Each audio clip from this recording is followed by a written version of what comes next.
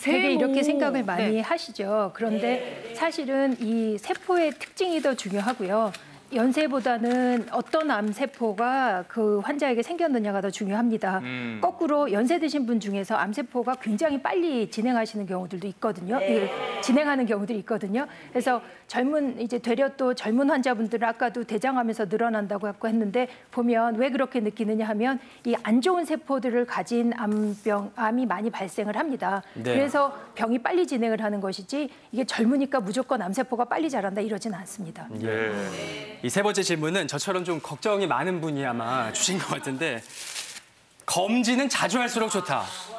황 선생님 어떨까요? 뭐 세모라고. 이것도 세모예요? 예. 그 자주 한다는 의미가 도대체 어느 정도인지 아직 이제 없죠. 그래서 그건 암종마다 다릅니다. 위암 같은 경우는 저희가 2년에 한 번 추천하고 이제 간암의 고위험군 특히 이제 비형 간염이라든지 간경변증이 있는 분들은 6개월에 한 번씩 검사하는 걸 추천하기 때문에 사실 자주 한다는 표현은 적절치가 않고 정해진 스케줄대로 규칙적으로 한다는 표현이 맞겠고요.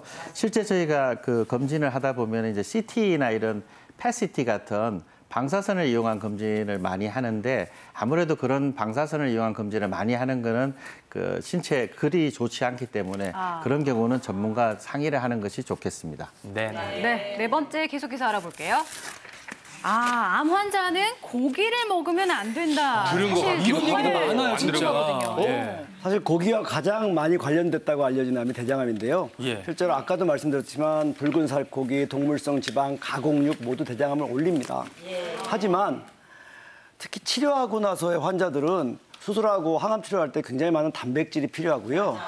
근육량이 빠지면 재발이 늘어난다는 소리도 있습니다. 그러니 적절하게 단백질 원으로 공급을 하는 게 좋고요. 단 아까 말한 대로 과하게 지방질이 많게 하는 것은 나쁩니다. 그래서 농담삼아 동료들하고 이런 얘기를 해요.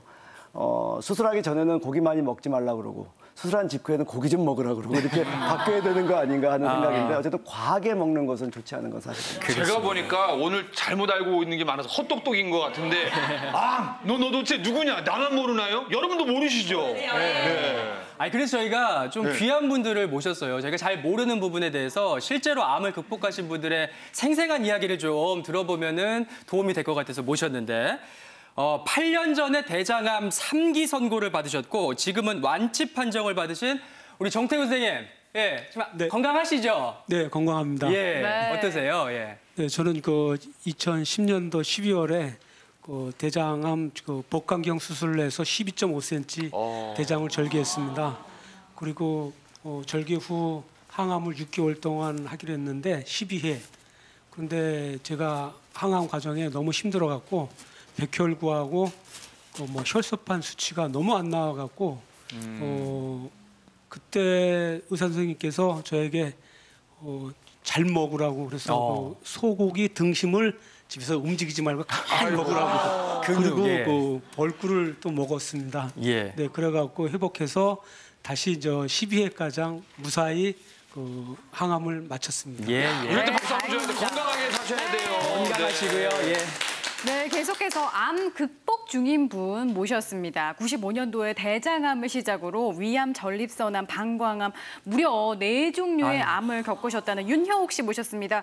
어떻게 95년부터 지금까지 무려 20년간 암과 싸우고 계신데 어떠신가요, 지금? 네, 지금 아주 건강합니다. 다행입니다. 제가 처음 수술을 받은 게 95년도 대장암 수술을 받았는데요. 수술을 하고 나온 뒤에 보니까 대장이 80cm가 없어진 거예요. 80cm가. 그러면서 항암 치료를 1년간 받으라고 그랬는데 조금 옆에 환자분도 얘기했지만은 저는 항암 치료 받는 동안에 근력 운동을 엄청나게 했습니다.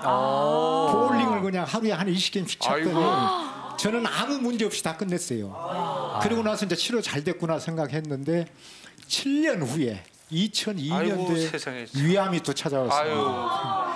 위아전절제 3으로 3을 하고 그때는 항암 치료를 안 했습니다. 그리고 나서 이제 그 후로 다시 또 전립선 암이 왔습니다. 2년 후에. 세상에. 2년 후에. 전립선 암 수술을 마치고 이제는 끝났거니 했는데 2016년도에도 방광에도 문제가 생겼습니다. 대단하시네. 방광암까지 치료를 했는데요. 지금 일상생활하는 데는 전혀 부담이 없이 아주 그 70대 후반의 그 생을 즐기고 살고 있습니다. 박수 한번 주셔야 될 것 같은데.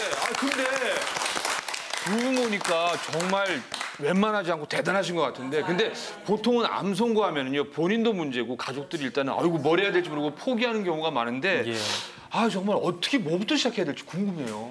네, 이 두 분 모두 대단하시고 네. 잘 관리를 하셨는데 보면 두 분 다 말씀이 그 의료진의 말씀을 잘 따라주신 것 같아요. 그래서 간혹 가다가 잘못된 정보가 있어서 어떤 경우는 고기를 먹으면 계속 나오는 것처럼 암세포가 자란다 그래서 저희가 아무리 말씀을 드려도 계속 고기 안 드시고 면역력 떨어져서 항암 치료 못 끝내시고 하시거든요. 아이고. 그래서 근데 고기 열심히 드시고 또 운동하시고 적절하게. 그러니까 계속해서 가장 중요한 거는 이게 의료진과 전문의가 주치의가 가장 잘 아시거든요. 그래서 그분의 상황에 맞게 저희가 처방 내린 거에 잘 따라주시는 거고요. 그다음에 수술도 하시고 항암 치료도 하시고 이제는 한 가지 치료만 하는 게 아니고 여러 가지 방법의 치료를 각 환자의 상태에 맞게 치료를 합니다. 그래서 요즘에 이제 다학제 통합 진료라는 게 있거든요. 네. 그래서 환자분 한 케이스를 가지고 여러 선생님들이 모여서 가장 최선의 방법을 찾아서 논의를 합니다. 그래서 가능한 저희 주치의 선생님 말씀 잘 따라주시고 주변에서 좋다고 말씀드리는 거는 근거가 있나 없나를 꼭 확인을 하셔서 따라주셨으면 좋겠습니다. 참 이렇게 암을 극복하신 두 분의 말씀을 듣고 나니까 정말 자신감이 생기고 희망이 좀 더 보이는 것 같은 그런 느낌이 드는데요. 계속해서 암 완치에 도전하는 항암 치료와 항암 식단에 대해서 좀 살펴보도록 하겠습니다. 첫 번째가요. 치료 후의 부작용은 식욕부진과 메스꺼움. 이게 참 힘들죠, 선생님. 그렇죠. 예. 이 항암 치료는 옛날보다 많이 이제 부작용이 적어졌다라고 얘기는 하지만 아직도 대부분의 환자는 이 식욕부진, 메스꺼움 그리고 약간의 그 기력이 없는 증상이 계속 있습니다. 그래서 이런 경우에 제일 중요한 부탁은 정확하게 의사 선생님한테 말씀을 하셔야 돼요. 그냥 억지로 참지 말고 또 가족분들하고는 막 이렇게 힘들다 안 한다 막 이러시면서 의사 선생님한테 와서는 괜찮다 하시는 분들 계시는데 정확하게 얘기를 해주시면 왜냐하면 이제 점점 그거에 맞는 약제들도 나오고 처방이 있습니다. 그래서 어떤 경우는 음식으로, 어떤 경우는 약으로, 어떤 경우는 운동으로 조절할 수 있기 때문에 본인에게 나오는 증상을 정확하게 의사 선생님한테 말씀해 주시면 도움이 될 것 같습니다. 네. 사실 그런 메스꺼움 때문에 환자가 식사까지 잘 못하면 곁에서 바라보는 가족들은 마음이 더 아프거든요. 그렇죠. 뭐라도 더 드리고 싶은데. 네, 예. 이런 좀 증상을 좀 극복할 수 있는 방법 구체적으로 좀 알려주세요. 그래서 매일 싸우고 오세요. 보호자는 드시라고 하고 환자는 먹기 싫다고 그러고 매일 싸우시는데 그래서 이제 의학적으로는 저희가 약을 드립니다. 그래서 항구토제가 있고요. 그다음에는 그 식욕 촉진제가 있습니다. 근데 그걸 모든 환자들한테 다 도움이 되는 건 아니고 특히나 이런 경우에는 이 심리적인 게 굉장히 중요해요. 우리도 화나면 갑자기 소화 안 되고 입맛 없어지잖아요. 그래서 긍정적인 마음을 가지는 게 굉장히 중요합니다. 그래서 일단은 음식을 먹으러 갈 때 나 먹기 싫어라는 생각하지 마시고 이거는 내가 치료하는 방법 중에 하나다라고 생각을 하시고 긍정적인 마음으로 시작을 하시고 그다음에 이제 제가 또 항상 말씀드린 것 중에 자극적인 거 짜고 매운 거는 좋지 않지만 그렇다고 그게 싱겁게 드시란 건 아니에요. 왜냐하면 너무 싱거우면 밍밍해서 더 느글거리세요. 항암 치료 중에 더군다나 이 더위에 땀나고 막 기력 없으신 분들이 간기가 없는 음식을 드시면 너무 싱거워서 못 드시거든요. 그러니까 적당한 간기에 여러 가지 야채 다 섞어서 드시면 좋겠습니다. 네, 두 번째로 가겠습니다. 항암 치료, 항암 식단.